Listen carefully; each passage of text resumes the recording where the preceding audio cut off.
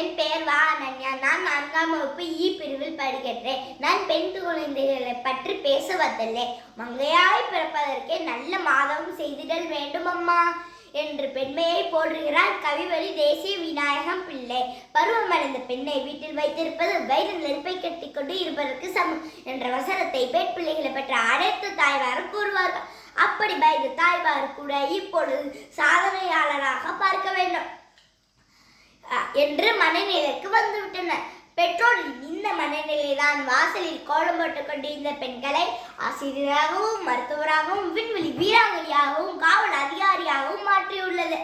பெண் குழந்தைகள் சமூகத்தில் அன்பையும் மகிழ்ச்சியும் பரப்பும் ஒரு தேவதையாக உள்ளனர். பழங்காலத்தில் பெண் குழந்தைகள் கல்வி கற்பதற்கும் சுதந்திரமாக சுற்றி திரிவதற்கும் குழந்தை திருமண வரதட்சணை கொடுமை என்று பலவற்றில் துன்பப்பட்டுக் கொண்டிருந்தனர். இந்த நிலையெல்லாம் இப்போது மாறி வந்தாலும் காலத்திலிருந்து பெண் குழந்தைகளின் பாலியல் வன்கொடுமையை பற்றி இப்ப வரை மாறாமல் உள்ளது.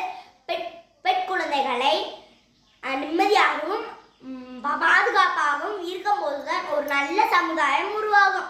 கடவுள் பெண்களை விட ஆண்களை வலிமையாக படைப்பதற்கு என்ன காரணம் தெரியுமா?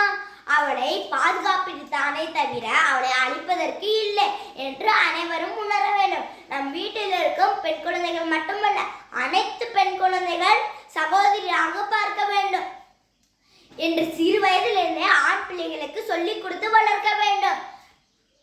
பெண் குழந்தைகள் தைரியமாக வளர்க்க வேண்டும். அவளுக்கு குட் டச் பேட் டச் எது என்று சொல்லிக் கொடுத்து வளர்க்க வேண்டும்.